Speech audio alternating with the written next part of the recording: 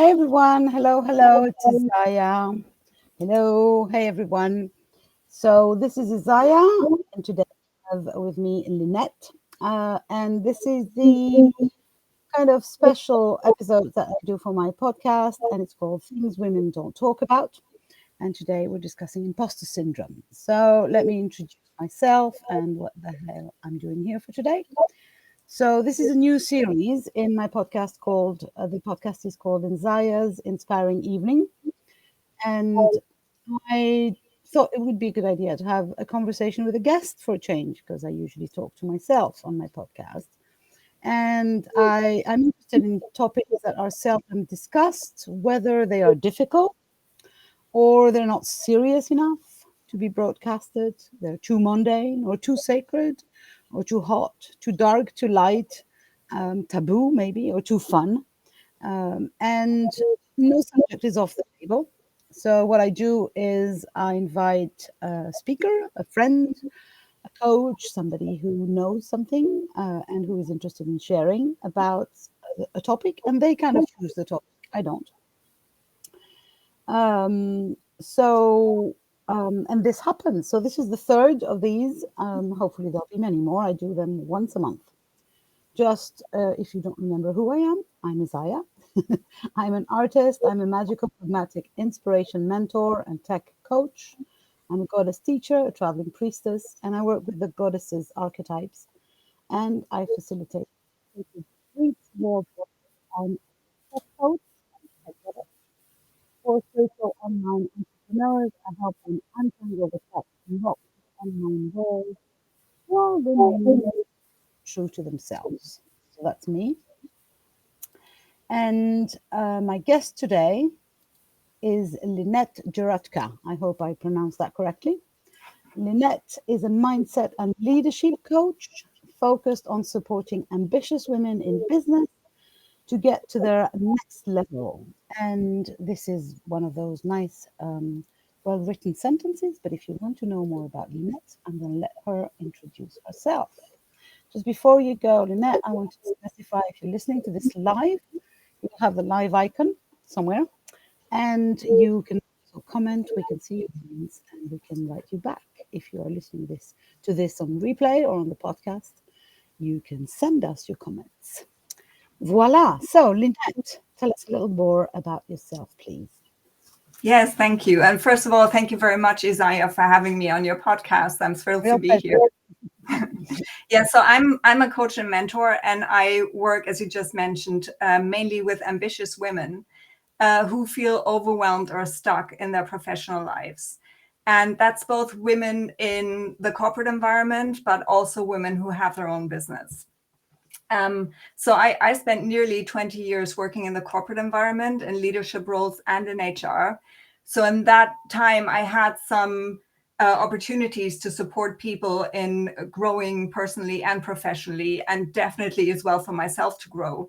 But I always felt, you're confined in that environment, and the corporation or the company is determining what your focus is going to be.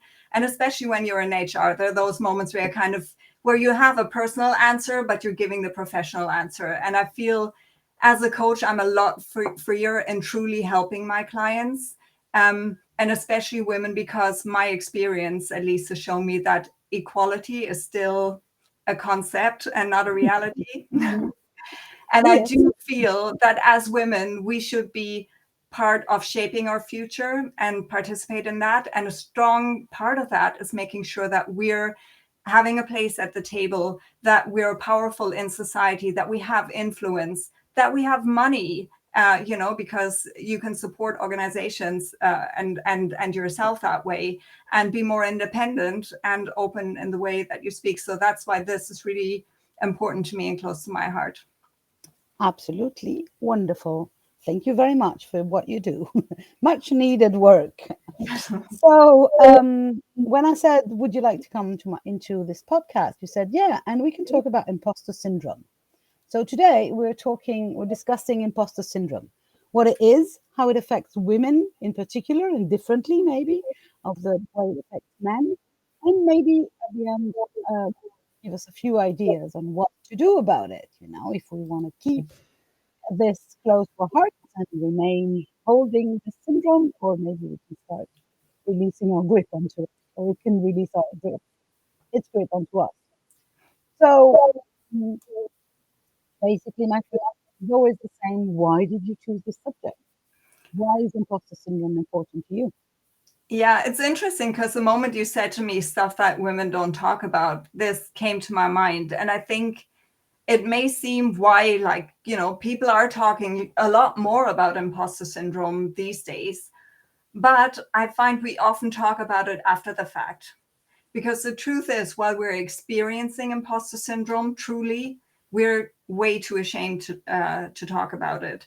Because, like, by definition, when we experience imposter syndrome, we feel like a fraud and we're afraid of being found out, that we're currently doing something that we feel is overwhelming and we're way in over our head. And for some reason, we don't feel fully qualified to do what we're doing. And we're very busy trying to do everything right so that we're not found out. And I think even some of the time we're not even aware ourselves that we're suffering from imposter syndrome, because it is really something that we kind of push down and close off and just really focus on, what do I have to do? Who do I need to be in order to fulfill the expectations that I believe everyone else has of me? So it's one of those things that we experience without even knowing it sometimes, or, it's on the unconscious level, and thus we don't speak about it. We don't talk about it. Right? Yes. And even if we're aware of it, we would be too ashamed Mm-hmm. to at least, sometimes you can talk to someone you really trust about it, but definitely when you experience it at work, you wouldn't be sharing with colleagues or, God forbid, your boss, because like your main objective is to keep it from them. Yeah, that makes sense. And so for me, because I'm not that aware, and for maybe our listeners, can you sum up what is imposter syndrome, or how does it manifest, or, what exactly? And second question that you will answer in your own due time. Is it different for men and women, or do you feel that it's different? Yeah. But So first of all, go for imposter syndrome 101 for me. yeah. Okay. So first of all, imposter syndrome it's mislabeled. It's not actually, because the syndrome is a kind of illness, right? It's a psychological, yeah. So it's a concept, and it's more, initially, I believe it was called an imposter phenomenon. And that's actually what it is. It's a phenomenon. But if we were talking and discussing imposter phenomenon, people may not put that together, because imposter syndrome is the word that's being used for it. So let's stick with that word, knowing it's not an illness, it's not really a syndrome, it's a phenomenon. And it was discovered in the late 1970s. There were, I believe, 2 women doing a study on high achieving women. And they were the first to describe this phenomenon, that in particular, high achievers tend to have this, this feeling that they're doing a role, or that they're into something at work that they feel afraid of being found out, that they don't feel that they're competent in their work. And in a way, it kind of goes in hand with being a high achiever, because we're very pushed in order to prove that we're worthy, or not just, we're not trying to prove something, in order to cover up our fraudulent existence. We're doing everything. And I keep saying we, because I have personal experience with this. So I think me too. I think now that you explain it to me. And I can tell you, talking about it now, I can look back and I see totally what happened. But I Googled resilience and whatever. I had no idea I was suffering from imposter syndrome. I just know I was very unhappy, and I felt under immense pressure to perform and meet everyone's expectations, which I felt deep down inside I couldn't possibly do. Yeah. So you kind of saying we overwork, we're overachievers to cover up this lack, or this gap of skill, or competence, or information, knowledge. And one of the things that happens, that even if you're successful, you're putting that down to luck. You don't think it's because you were really good, you were lucky, or your team really stepped up, or someone else saved the day, where, you know, you should congratulate yourself for being part of such a great team and asking for help. But, you know, it becomes difficult to believe in your own competence and achievements, because deep down, it's basically it's a fear, and we feel ashamed. Yeah. For So it's a fear, because I got myself in that situation, right? I took the job. Who like this? There's this phrase: if you ever believe, "Who am I to do this?" That's like something to watch out for, because that could definitely be showing that kind of there's the signals to see if you're suffering from the syndrome or phenomenon. Is who am I to overworking, overachieving, trying to perfectionism. perfectionism to be everything to everyone. Oh, that's very interesting. And And so often, that if you're self-employed, you can notice if you're doing lots and lots of courses because you feel like you're still not ready to show up and to serve your clients. You just need this another piece of paper on the wall. That could be imposter syndrome too. More skills, more. And definitely approval seeking. If you're feeling so insecure about what you're doing and you're constantly looking for positive feedback and you feel crushed if you get negative feedback, that could also be a sign of imposter syndrome. Because like there's nothing worse when you're already doubting yourself for someone else to add on top of that. So yeah, there are many signs, let's say, or ways to spot it, or for yourself also, obviously for others, but you know, sometimes it's so much more difficult for oneself to see oneself in the mirror. But thank you, because that it gives an idea of you know how we can do that. Since you mentioned it's not a disease or an illness, it's not a syndrome. Do you believe it's permanent? Like, you know, we touch it and then we have it for life, or can we get rid of it? No, but it can last for a long time if you don't actually do anything about it. And I think there are different situations. And I think that's one of the first things that can help us, is to differentiate those situations when I am really feeling like I'm an imposter, and those situations where I don't. To remind ourselves that even if I feel that I'm overwhelmed with a job that I'm supposed to perform, there are always tasks that you're doing every day that you're really competent in. You're not going to feel like that 24/7. Yeah, you're not an imposter at everything. No, and sometimes there are situations, and I could give you an example of one, where it becomes really obvious, and you can see that through experience and practice, you get out of it. So I had this situation in my job very early on. I was working in project management, and part of that was to travel to client meetings and to give presentations there to their. So this was in clinical research. There were client meetings with a lot of doctors, and we'd go there and just present on our part of the business. And the very first time I went, this took place in very nice cities across Europe, in 5-star hotels. And here is little old me in my mid to late 20s, for the first time ever walking into, I believe it was the Kempinski Hotel in Budapest, feeling like I really shouldn't be here. I felt like I should immediately apologize to the staff at the desk and tell them that I'm really sorry. And I hope that my company is really paying for the room, because I could never in 100 years afford to be here by myself. And I felt way out of my depth. And really the whole time I was there, I was afraid of doing something wrong, because I know I believe there were kind of secret rituals amongst the wealthy who know how to behave in a 5-star hotel, right?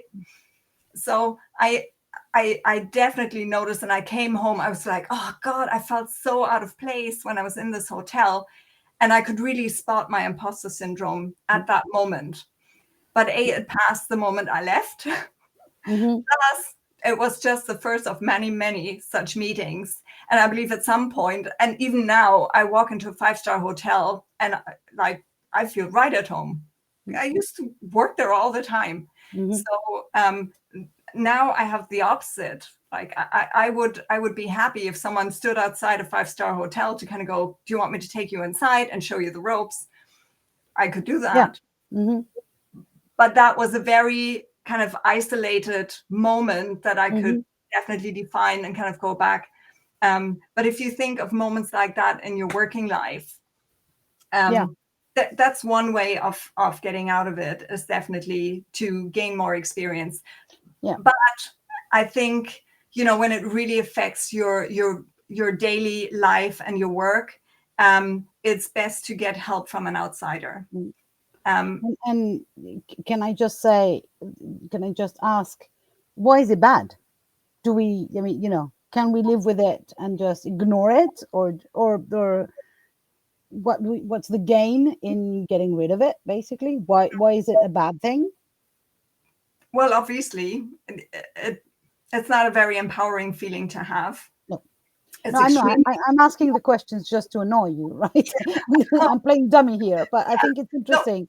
No, but I think you're right. I think on top of everything else, the benefit of getting rid of it is obviously you're going to be feeling better. But it really, if you look at the symptoms, stuff like perfectionism, how much time and energy are you wasting on double checking stuff? There's a story about this woman, she was talking again after it happened and she'd gotten over it, where she was in a senior management position and she'd written a memo back in the days where you do that on paper, printed it out, put it onto everyone's desk, left the office.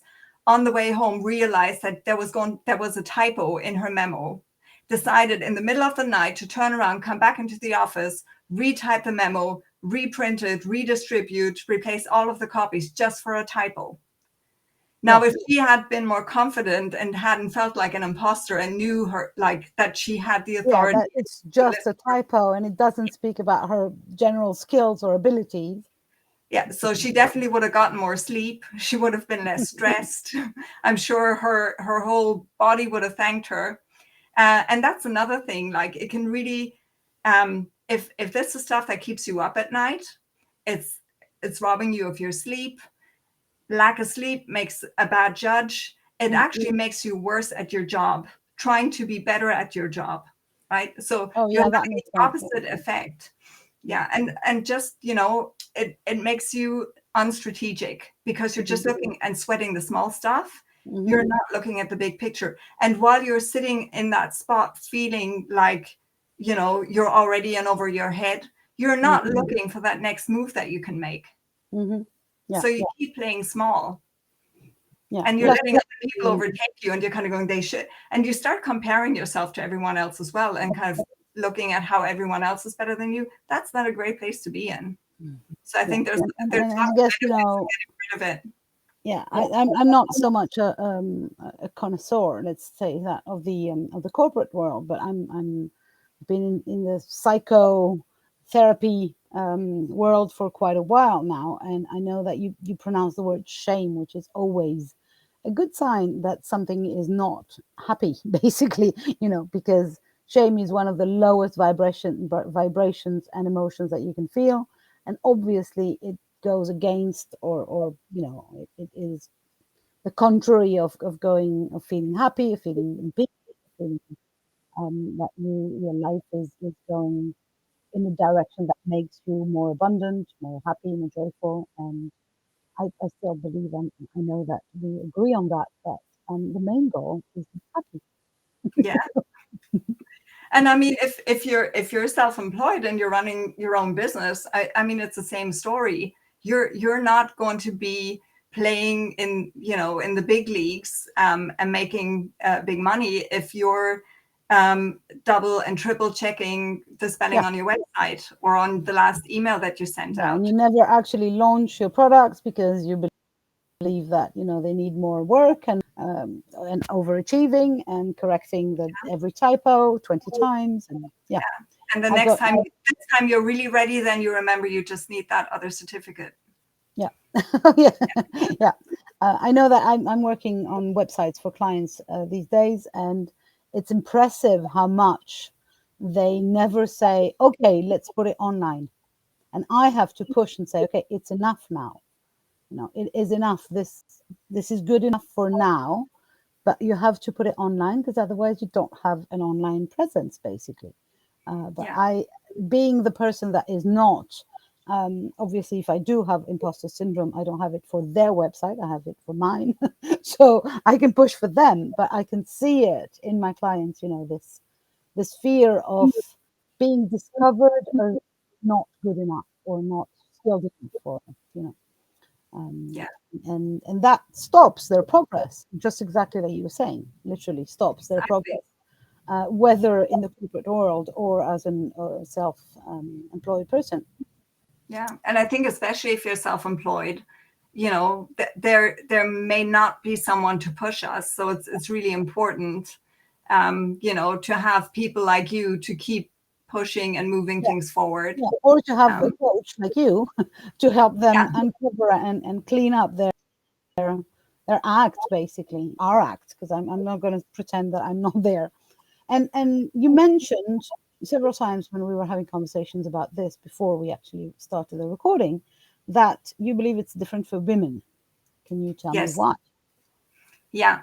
So in order to look at that, maybe we should look at how imposter syndrome kind of develops, Oh yeah. because I think there are Where did both internal and external reasons. And I think there's some additional reasons that make women more vulnerable to it. But I do believe that men have it too. And there are different studies, and some studies have found that even up to 70% of respondents to that study said that they had at one point or another experienced imposter syndrome. So, and that will definitely include men as well. So like there are internal factors. So internally, what's driving that imposter syndrome is our inner critic, right? And so already we know that women are raised to be more humble and less forward, and the whole kind of societal expectations that you'll be a mother one day. And we all know that for women, you're allowed to have a career as long as the family is taken care of, Yeah. right? Mhm. So there's already a lot of factors internally that will likely have, that the inner critic that women hear probably has a bit of a different story from the inner critic that men hear. Mhm. So Let alone that even in motherhood there is a bad mother syndrome, which is again, an imposter syndrome. yeah. So like, I don't want to go into, like, I definitely know that men have Oh no, I'm just challenges of wait, their I'm own, just like interested. toxic masculinity and all of that. But I do believe, it's different between Yeah, men and women. that's what I find interesting, that it's not the same. So Yeah. how could you define this difference? Exactly. And the other thing is then external influences. So there is the way you've been raised, society's expectations, like, role models that you see around, your parents. And even I know that I was raised by, parents who believed in equality. And my mom always said, like, I was born in the 70s, and she had just been given the right to have her own bank account without my dad's signature. So she's like, we have equality now, and me thinking, well, as I was growing older, like, when is it really going to be here? so, like, I know that she believed there was more equality then than there had been before, but I think we're still not quite there. And we've been raised in this environment where we also have expectations of ourselves to be both a great mom and great at our jobs Yeah. in a different way that maybe men do. Although I do see differences as well. But then, and I think this isn't just women, but minorities in general. And I read about this recently, and it just sounded so true. This was in the Harvard Business Review, where they said there is a lot in our working environments in terms of microaggressions that can Mhm. really feed basically that inner critic that I mentioned earlier. So we're already kind of questioning ourselves and kind of having that internal conversation. Can I do this? Am I good at this? But every time you get asked about, so where are your kids while you're here? Or are you sure that this is what you want to do? And What just if you little take things. this higher position? How can you handle this and your kids? Yeah, All these yeah, and questions. all these questions that cis white men don't get asked. So, or comments that they don't get, or looks that we may interpret. So they're like, when I'm talking about micro, like this is just constantly feeding our doubt. We may at any one point kind of push back and say, no, what are you talking about? Like, I've been working full time ever since my kid was born. It happened to me. My husband took parental leave and I went back to work full time. The amount of people in my surround, other women even, who said, why are you having a kid if you're not planning on spending time with it? Right? I go, no, this is our choice. But my inner critic was going, what's wrong with you? Right? So now I can. There's a part of us that reacts, a part of us that reacts to the aggression with, no, but then it still hits somewhere. Yeah. It hits exactly where the imposter is living. Right. Yeah, so that inner critic heard that, and it's unpacking that. The next time I'm unsure about something, it goes, and by the way, you're a crap mom who just handed off her kid to his dad. Not only are you not able to do this or that in your job, but you're on top of that left your kid at home with your Yeah. I can see how there's seem to be a double weight, a double pressure for women, and so that's the basic difference, I think. Yeah. And then like another factor that plays into it that I find in coaching, why people come to me, there's sometimes a bigger event. So it wasn't just a small comment by someone, but it was an outright, I got fired, or I got a really bad review, or, I lost my job, or I lost that position, or I felt overwhelmed and something happened. And it just proved to me that all of my fears were true. Yeah. And that's the point where a lot of the time people realize, so that's the crisis point where a lot of my clients find me and kind of go, but they don't think they need help with imposter syndrome. They kind of need help because they feel really bad after losing their job or getting that bad review. And then we find out while we're working together what's really going on. Why was that one review so important that it made them collapse? Because in fact it was kind of the last drop that made the whole vase overflow. Yes. Good.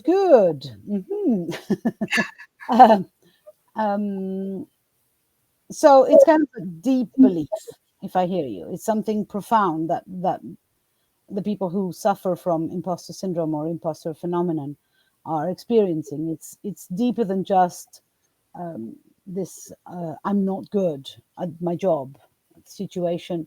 And it has, if I hear you, for women, ramifications in most aspects of their lives, not just the professional aspect, but also motherhood, maybe relationships, or maybe being a good daughter or a good mother or a good husband, wife. Sorry. So it kind of it touches every part of someone, but in tiny, hurtful ways.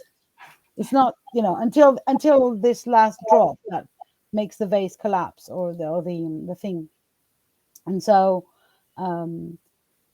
what do you believe is the main reason that this takes over my personality, kind of, do you think it's sheer masochism, or is it something to do with keeping me safe? Yeah, I think you hit the nail on the head. It's, that inner critic is basically telling us that story that it's just there to keep us safe. And of course, playing small feels safer than going out, becoming visible, and playing big. And that's something natural that happens as well, be it in the corporate world or when you're in business. The more successful you become, the more visible you become, the more people comment on what you do, the more haters you're going to get, the more fragile you might feel. And, what I was saying, so those microaggressions can kind of become louder and become more macroaggressions, if you want to call it that. So, so I think it's in a way, that inner critic that's telling us, that's commenting on what's going on, is telling us to keep playing small and to not go and do something that, we're not prepared for. Yeah. It's about if I if I don't believe that I can become big, I stay small, basically. Yes. And so I'm not putting my face at risk of people not liking me, basically, Yeah. or people having something to say to me that my inner critic would then repeat and enhance and sing a song about, basically, and make a party in my head about that. Yeah, that makes sense. Yeah. And And that's how, actually a big part of working on it, is to work with that inner critic and to question all of those stories that the inner critic has told us and that become our truth, right? yeah, because that's what I was going to say. Because most people, at least if I speak for myself instead of speaking for most people, for me, I know that there have been times when I have felt like a fraud or an imposter, although my results were absolutely good. So there was no evidence that my experience was that of an imposter or that was one of a failure. But that I wouldn't believe. I would still go in my head with this critic telling me that I was not good enough and that I needed to perfect myself or work more or get another certificate or whatever. Yeah. So it's kind of, I did not trust my own eyes, basically, or my own experience. Yeah. Um, And it's what we were talking about in the beginning. It's when you're kind of going, I was just lucky. oh, yeah, Yeah. exactly. Mhm. And you could add to that, yeah, but other people do more or achieve Yeah. more. Mm, You know, someone else is bigger than that. So or if somebody helped me, it's not all me. yeah. Yeah, so it's kind of a fight, an an interior fight between reality, the proof that I can see there, and my critic who still insists that reality is untrue. So it's kind of the thing that slowly drives you crazy, isn't it? It can. I mean, it's literally like your inner critic turning against you, and Hmm. you believe they're still your friend. Yeah, They're like a bad friend who keep telling you that you're not good enough, that you're not a good person, that right? And there comes the point. So, well, you can't cut off your inner critic. Like you can leave a bad friend, mm, but with the inner critic, it starts, I think, and this is some of the work that I do with my clients, with really questioning those stories that we tell ourselves. And that can be hard to do for ourselves because we're already believing those stories. yeah, We that's what I was going to say. We're having this. I feel like I'm having this conversation in my head, and there's two of us, and we're already convinced. yeah, So I can absolutely understand how a third exterior real person, like a coach or a mentor or somebody like you, basically, could come very, very handy because they would be in a position to see the lie that I'm entertaining, that the both parts of me are entertaining together. Like they're having this nice little merry-go-round of lies, basically. And until somebody else comes from the outside and says, hey, no, this is not true, or have a look at this, or how come you yeah, believe that? I guess it's really crucial. It's one of those things that we can't do on our own, basically, yeah, because we're already a believer of the lie, of the inner critic.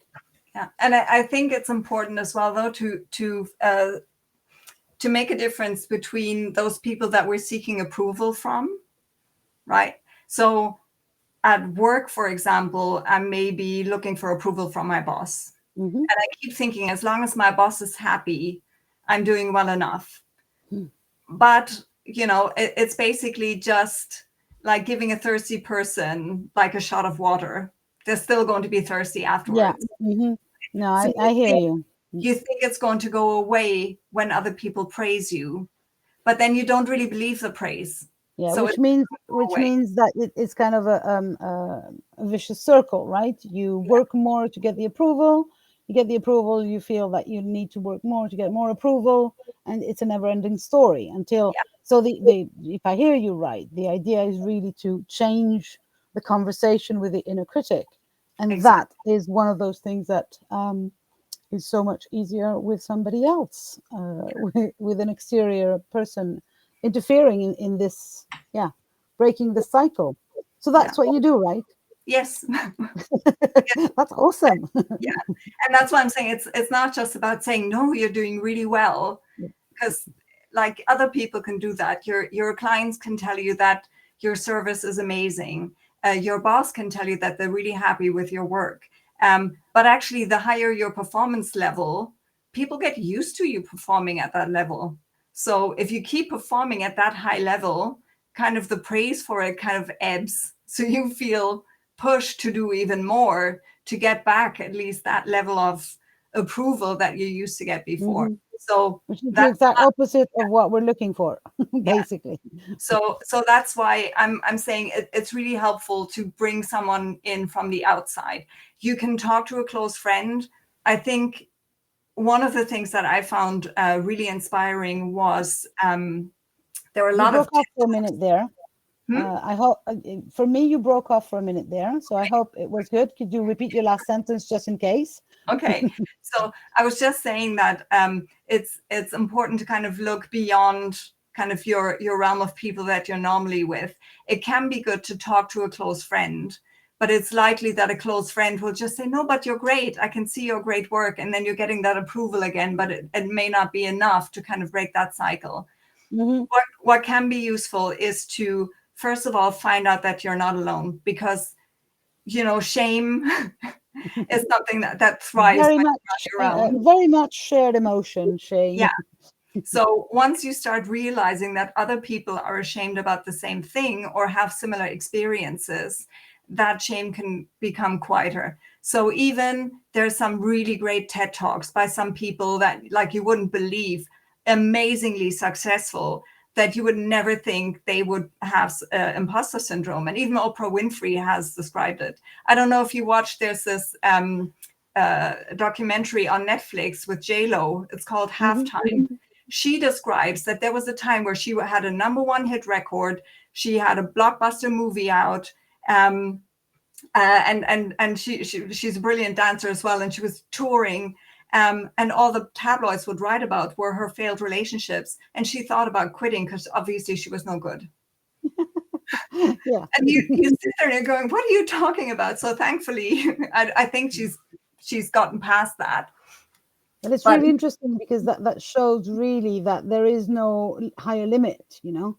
If it's never enough, it's never enough. And for your inner critic, and you need to go more and more and more. And however, the more, I mean, we're talking J-Lo or Oprah Winfrey, it's never enough. So the solution is not to get approval in order to, you know, make sure that you're good enough. It's to just decide that you're good enough at some point, with some help, with that somebody can just ask the good questions and not just reassure you, because I think it's shame is not a question of being reassured to get it.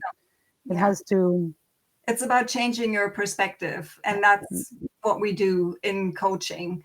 And I think as well, especially if you're in a leadership position or you're self-employed, it's always a good idea to get a mentor, like someone who's been where you're at right now. And I know some companies kind of offer internal mentorships, which is great. But I think what's important is to get someone who doesn't have their own agenda. So if it's someone inside you, so I once had a great mentor, but she was also my boss. So she helped me a lot, but there were moments where she had an interest in my performing. So it's better to get an external coach who has their focus on you and only you, and doesn't care about what happens with the company. And if you're self-employed, obviously, if you're talking to someone who's also invested in your business in some way, they may help you up until the point where they need to make a decision. If I give you advice in this direction, that's good for you, but advice in this direction is good for me. So that's why I think having somebody who is really on your corner or in your corner, and not in your inner critics, and not on their own agenda, basically. So that's what we call a coach, right? Or a mentor. So it's about deciding one day that we are not okay for playing small anymore, and getting the help necessary to get out of this loop of self-criticism and shame, and embrace the fact that we are enough per se, but it's easier done than said than done, and that's why it's so much interesting that Yeah. there are now specialists like you who can really help us get out of our own heads, basically. Yeah. And it's really rewarding work. It's amazing when you see the change in people. And it's really interesting as well, because it can be such a pervasive pain that you feel like it rules your life. And I've Mm-hmm. seen people change very quickly that, once the pain is gone, and it's almost like, when you have a back pain, that Mm-hmm. rules your day. Like every move you make, you feel like you have this back pain, and everything Mm-hmm. becomes about that pain. And once it's gone, you forget about it quite quickly, and you're like, yeah, I'm like, I still Let looking me good on hike. that Let me marathon. do this thing. Yeah. Yeah. Mm-hmm. And I mean, I work with ambitious women, so they have goals. So I had a client, and I was working with her on an issue. She had the situation where her boss had really given her a poor review and criticized her heavily, and it just ruled her day. And we did some work, and then at one point we're working on something, and I said to her, like that example you used last week with this guy, and she's like, you know what, I really don't want to talk about him anymore. But the way I was telling you about this program that they're running to hang on, my son. He's not the good, so that's life as a mom. Keeping it real. Yeah, it's real life. Can't cut it out. Yeah, there's that point where she said, I don't really want to talk about that anymore, but I'm looking to further my career, and can you help me with getting into this program? And she hadn't even told me about the program when we started working together. And then Awesome. afterwards, when I asked her about it, she was like, yeah, I'd stopped believing that I should be joining that program because I thought I'd reached my limit. I Mm-hmm. had, and she always got praised in her career up until she got to that point. And then she said, I thought this was as high as I was ever going to go. Yeah. So she felt she'd hit her limit. And at that moment when she said, I kind of don't want to talk about that guy anymore, I was like, this is major. And she's like, oh, really? Oh, that's strange. That's gone. Yeah, that makes sense. Oh, really? So all of a sudden, her focus was all in a new direction. And we just had to take a moment to kind of go, do you realize what just happened? Yeah. That's great. So, Yeah, I'm running. people who are listening to us, if you feel that you're stuck, that you are suffering from this syndrome or phenomenon, that you feel like a fraud or an imposter, that you feel like you have to work and work and work or get another certificate or are never good enough for anything and have the perfectionism things, just reach out to this amazing lady on my left or right, because I never know how we chose. But reach out to Linnet. You can do so by finding all her info is in the description of this video, whether above or below. It depends on which platform you're looking. And if you're listening to this on the podcast, well, it's going to be in the podcast notes as well. So reach out to her. You can find her on LinkedIn, and or you can just email her. She works one-to-one, and she is amazing. So thank you very much. Do you have final notes or final things that you want to tell to our listeners? Or No, I think you just said it all. I just want to thank you very much for real making the pleasure. space to have this conversation, and for having me on your podcast. This is awesome. I'm really happy because it's kind of one of my big things, the stop playing small. I think in every, I define myself as a TooMuch woman. So, kind of, and I know that for me, becoming the TooMuch woman has been a journey exactly from feeling not enough, the not enough girl into the TooMuch woman. And I guess when my journey will evolve, I won't need to be too much anymore. It's like, but I think that I've believed for so long that I was not enough that I had to be too much then. Yeah. So for a while, I'll be there. Yeah. I think that's the one thing maybe that we could add, is that it's not like you do this work once and then it's gone forever. It can come up again, but once you know that you've beaten it before, and Yeah, you can. Yeah, it's like you can see the dragon coming. Or you can hear the critic again. And I have this friend who says that she now in her head has most of the time a cheerleader instead of a critic, but sometimes the critic points its head again, and then she knows to shut it down basically. So And it's perfectly normal. I mean, like, it's yeah. not going to be gone forever and never ever a moment of self-doubt again. That's not realistic. No, But and it's at a manageable dangerous level. almost. It would be dangerous almost. Never doubt yourself at all. Like, oh my God. So yeah, thank you very much for being here. Dear people who are listening, definitely reach out to Lynette if you're feeling that this is one of your issues. Whether and I'm really I think it's really important to restate that you are both working with people in the corporate world and people who are self-employed or having their own business, because there are very few people who mixed those two experiences that you have, because you have your own business now, and apply it to this imposter syndrome situation. So enjoy this amazing woman who is perfectly enough.